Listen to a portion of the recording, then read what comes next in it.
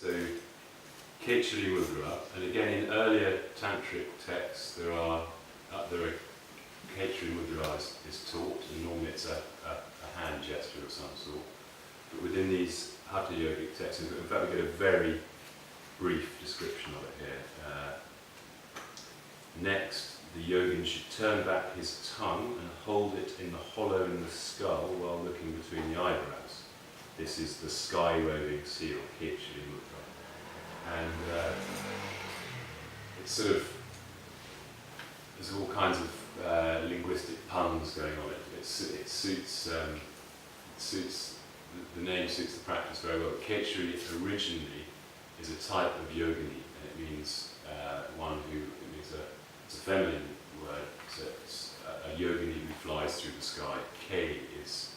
Ka is the sky, Ke means in the sky, and Chara means moving, so Cary is a feminine form of that, so she who moves in the sky, or through the sky. So it's, when I was talking the last couple of days about these early yogini cults, where people would try to please these yoginis with offerings of various things, including sexual products and so forth, to come down.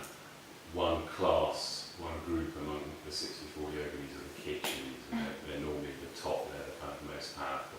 So within the tantric tradition, some of these mudras are meant to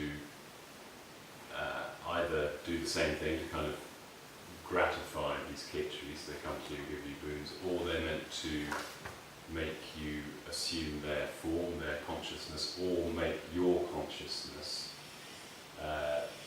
become Kechari as well, so move in the sky. So there's still this idea that I mentioned in the context of Buddhism, that if your mind can assume the form of the sky, the ether, Ke, Ka means the same as Akasha. I was saying about this unconditioned Dharma in Buddhism. So if you can assimilate your consciousness to the ether, that's a way of getting enlightened. But then on a much more simple level, gross level, Ke or Ka means the void, means a space, just like we talk about space and a space, a hollow or something. So Kechari means that which moves in a space, in a void. So when the tongue goes up above your palate into the cavity behind your nose, so then it's moving around in space. So there's lots of sort of interesting puns made about this in Sanskrit text. So now, that's just one verse we've got here, whereas what I did for my PhD, that whole book is about this technique. So it goes into how you get your tongue to be able to do this, because in earlier treatments of meditation, you're quite often told just to turn your tongue back and press it against your palate. Just hold it there whilst you're meditating. But then this is a sort of quantum leap beyond that, where you, in the text it teaches you, most of the text teaches you that you have to lengthen your tongue considerably. And one of the ways of doing that is cutting the binding tendon there. And it's using a blade the shape of a certain leaf, and then meant to knicket it once a week and then rub salt in, and that slowly gets it, frees it. And I did do that a little bit, but I think it grew back rather quickly. And it says you should do it once a week, which is hopeless actually, because then it grows back. It's definitely straight away, so you have to do it every day or something. And then, but actually what's more important is loosening the back of the palate. So does it make sense what actually happens? Are you talking about the soft palate? Yeah, the soft palate. Right. And then the tongue sort of flicks up behind that because it goes up and then forward. People kind of assume, and when you get, I'm going to talk a bit about it later on, but this technique is always associated with going into kind of trance for long periods of time. And lots of famous reports of yogis being buried alive in India and stuff. And so when the British, the colonial Brits they became fascinated by this. There were lots of sort of papers written on the art of human hibernation and stuff like this. But there were quite a lot of the guys doing it were complete con artists and managed to trick them. But there were a few cases as well where, where perhaps they were successful in doing it. But the reports always think that because they realise when the yogi comes out of it, he flicks his tongue forward, and everyone thinks that he's swallowed his tongue. But in fact, I think swallowing the tongue is actually physically impossible. But what happens with this is it goes up behind the soft palate and comes forward.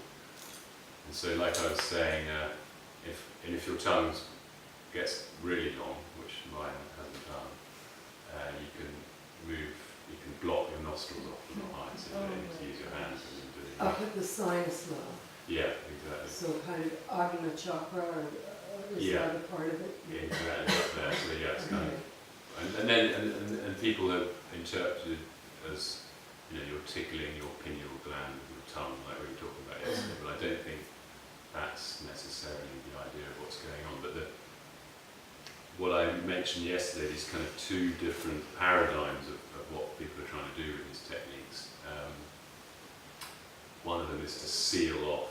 So this is where this notion of mudra, a seal, becomes particularly appropriate. Is to seal off the amrit, the nectar of immortality, or the bindu, or whatever, that's dripping from the top of your head and getting either expended or burnt up in the sun in your stomach. There's this idea of a moon in the head and the sun in the stomach. But then the other notion, and I'll come on to this a bit more afterwards as well, but is this idea of Shakti Chalani Mudra, which is sort of not in this text actually, it comes from the sort of the tantric Kundalini tradition, with this idea that by stretching your tongue, by pulling on your tongue, there's a Nadia channel that goes right down to the base to your Muladhara chakra where Kundalini resides, and that wakes her up, straightens her up, and off she goes. Funnily enough, when I was doing my PhD, I wanted to find people who did this, so I spent quite a lot of time. I'll show you a picture of the first guy I met. So I spent a lot of time wandering around, going to various festivals and ashrams and these places to find people. And I think I found 6 or 7 in the end. But that was the only way I could do it. But now with the internet, there are these groups of Western yogis, and some of them are into it. There's a site, I don't know if anyone's come across it, called AYP.org, Advanced Yoga Practice.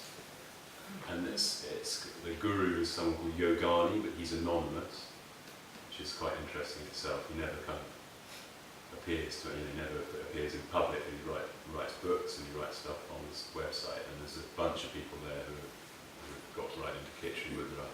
And so there's long discussions about the best way of cutting frenum, and apparently they've all decided that cuticle scissors are the way forward. But that I would say is now far and away the best sort of practical resource if you're interested in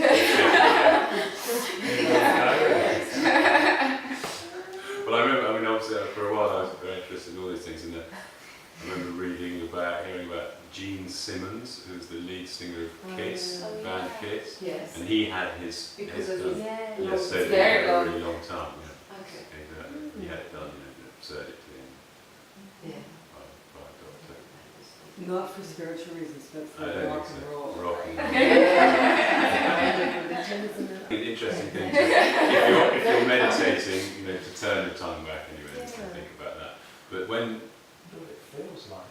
well, it feels because your tongue is in the void, so it's pretty curious. It's not touching anything at all. It's an empty space, so it kind of the void of sensation. I can do it. There's not much to look at. Can we do it?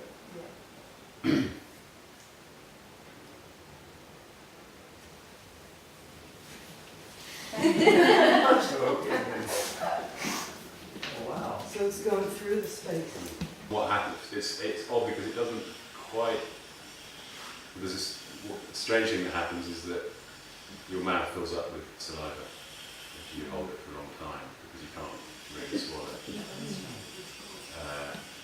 And then that is interpreted as being the amrita in some way. So yeah, so there's a lot, you're holding it there, is the idea. And then they say that, you know, as you, some of the texts teach that the longer you do it, the better you get it, the more sort of purer your system, the taste of the fluid that's produced becomes more and more refined. It starts off sort of salty, it goes through to 6 or 8 flavors, and eventually ends up tasting like honey and then the nectar of immortality. And you perfect it